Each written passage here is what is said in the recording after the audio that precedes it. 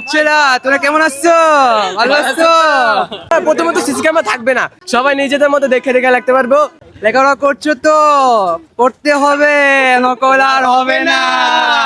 আরে তারেকুর রহমান তো এক ভিডিওতে বলছিল পরীক্ষা উঠাই দিবে, এখন এখন আমরা পরীক্ষা দিতেছিটা কেন? উনি তো বলছিল আমি যখন শিক্ষামন্ত্রী হবে আমি তখন পরীক্ষা উঠাই দিব, এখন এখন আমরা পরীক্ষা দিতেছি কেন? তুমি কি পরীক্ষা দিতে যাও না? না, তাহলে মানে মানুষের মেধা যাচাই হবে কিভাবে পরীক্ষাটা দিলে? হ্যাঁ বিষয়টা বিষয়টা ভাবার আসলেই তো। এখন কি তোমাদের কি শিক্ষামন্ত্রীকে ভালো মানুষ মনে হয় নাকি খারাপ মানুষ মনে হয়? মোটামুটি ভালো মানুষ উনি আছেন, কিন্তু উনি সিসি ক্যামেরা না থাকতো তাহলে ভালো মানুষই মনে হতো। সিসি ক্যামেরা না থাকলে হ্যাঁ, ভালো মানুষ মনে হতো। কেমন হলো পরীক্ষা? আলহামদুলিল্লাহ খুব ভালো হয়েছে, কিন্তু গাড়ি একটু করা পড়ছে।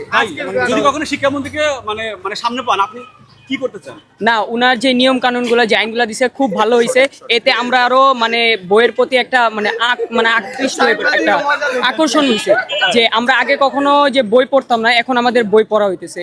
যদি কখনো আপনি শিক্ষামন্ত্রী হতে পারেন আপনি কোন কোন চেঞ্জগুলো আনবেন?